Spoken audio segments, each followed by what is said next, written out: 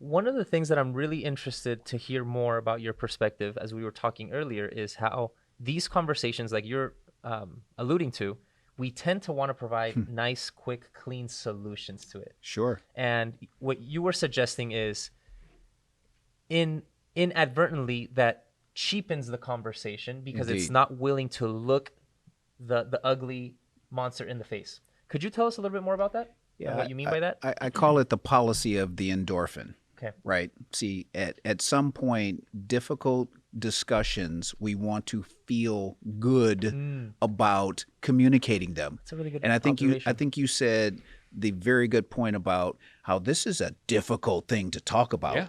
It's supposed to be. Yeah, absolutely. I'm sorry. Yeah. Slam your hand in Yeah. the door. Yeah. It's supposed to hurt. Yeah. So Yeah. pain by definition doesn't feel good. Yeah. Yeah. And you'd be a fool to keep slamming your hand in the door. Right, right. So this is one of those things that when we do talk about this, we ought to enter into it with a sense of humility and reverence from the perspective that I'm not actually discussing this just to give my opinion, but rather I'm actually going to listen, to learn, to reflect, and then to teach others. Okay. So there is a responsibility, and this is actually not a white problem. It's not a Latino problem. Right. It's not a so-called black problem. And I think if, quite frankly, we all did our ancestral DNA, we'd come to find out that we are not cracked up to be who we think we are. So I'm pretty dark-skinned, but I'm 15% Brit. So just so you know that. It's kind of unusual. That's weird. I'm gonna make a confession here. I just recently did mine, and I'm about as white as Wonder Bread gets. I'm 99.98% white. There, so. Touche. The box was very small and big check mark. Yeah. So keeping that in mind, this is one of those things that I think every time I hear the word, it puts me in a completely different frame of mind. So we have to understand, if you are speaking to someone or you are communicating about a topic like this, the N word, really, what's the end game? I know. Really, first of all, if we started with that question, what is the end game? Because all you have to do is just, you don't even have to get to the second syllable. Just struggle with the first one. But by the time it actually comes out and you few drinks later and you're feeling really loose, right? And then someone catches you on YouTube. So what gets on YouTube gets played in Vegas. You know, it's like there's a relationship with all that stuff. Be careful that you actually achieve your goal. Because there is a goal to be achieved. And at the end of the day, I think the goal was simply this. It's not that I was hurt. It's not that you listened to me. It's not even that I taught you something. It's that you have a healthy respect that this word has a history to it. It's not just that it's off limits because our culture said it's off limits. It's off limits because I believe that this word stinks. You're right. That I smell the stench of whips on backs. I smell and hear the sound of rape in the air. Scripture's loaded with these repulsive, disgusting descriptors of acts that took place. Those acts were carried out by men. Those acts were decided upon by free will. It is a free will for someone to use this word. Whether you're ignorant of it or not is not the point. Right. You're still an arbiter of the word, and the word has power, as you stated. Words have power. So having said that, and the train's going, we're committed to this now. Indeed. Tell us a little bit more. What are some of those under the surface issues that we need to be aware of when we're talking about this issue so that we fight the temptation to just, make a clean little bow on it? Yeah. Be like, all right, now you get it?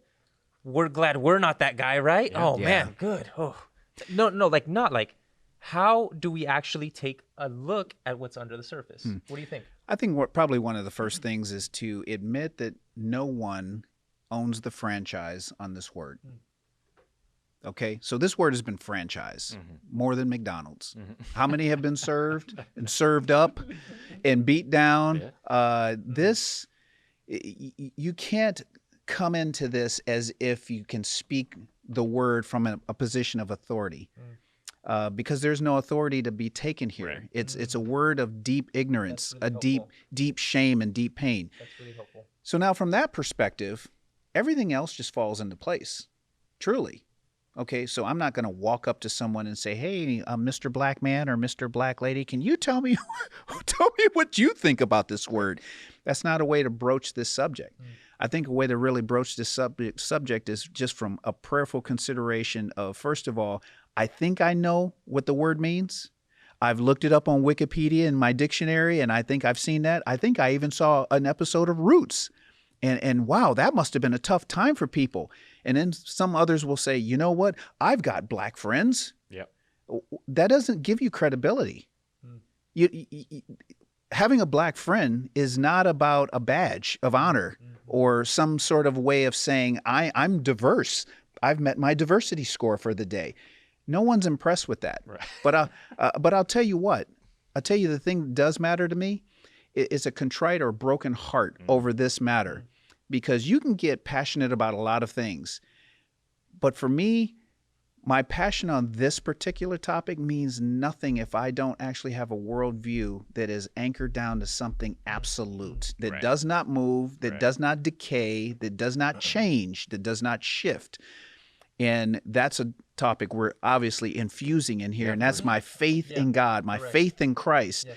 And that actually isn't even a religious topic. Right. So for those of you who are listening, that's actually not a religious topic, because you would say, oh my gosh, Egypt is trying to convert us to go to his church and sit down and give tithes to his church and serve in his church. No, I'm not. I'm just telling you from a first-person account. That is my account. This is what Jesus did for me. I don't care what you have to say. And God doesn't need me to claim that he's God to be God. But if I don't recognize him, I'll tell you how I would look at this topic. I would look at it as it's my right. And I'm better than you because I get to do this. Because you know what that then does to me? It makes me a slave to the word, the connotation of the word, the meaning of the word, because now I think I actually have a right to say the word, and I have a right to smear it in your face because you're not looking like me. So therefore, this will be my perpetual victimhood perspective that I will carry on for the rest of my days, because I actually don't have hope. I claim to know God, but I really don't. Only when it's convenient for me. You see, but I can turn on a dime and I can make sure that you are aware that, you need to treat me differently. You need to treat me more specially. What am I trying to do? Elevate myself to a place of worship? I want to be careful about that. This word is not just a word. It is actually a word of deity. And if we're not careful, we're going to worship that word, whether it's positive or negative. Take it as you will. That's a really insightful perspective, and I had never heard it being so eloquently expressed, because what I'm gathering is that on the one hand, you have it used as a weapon. Indeed. Yes, you do. On do. the other hand, you have it used almost as a fake shield. And that to me is interesting, because from what I gather of your perspective, they're both errant, because you're placing your weight or your identity on the wrong thing. Yes, indeed. And that is the whole point. The point is about, you would never wear clothes that don't fit.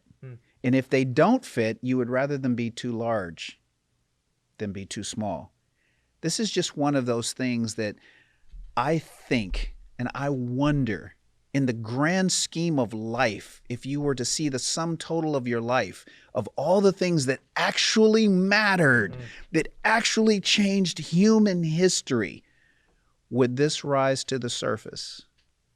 I wonder. I didn't say discredit the importance of this. See, some people just want to hear, look at him. He's an Uncle Tom. He's selling out. He's saying that's not important. That is not what I'm saying. Sure. As a matter of fact, I'm challenging you. That's algebra. That's an algorithm, is it not? I'm just trying to ask you to think carefully about that. It doesn't make me a racist because I asked a good question. Doesn't make me misogynist or homophobic or xenophobic, and you can add all of your other phobias to that. Doesn't make any of that legitimate simply because I asked a legitimate question. I'm asking you to think long and hard about what you invest your time, your effort, and your worldview in. Sure. Yeah.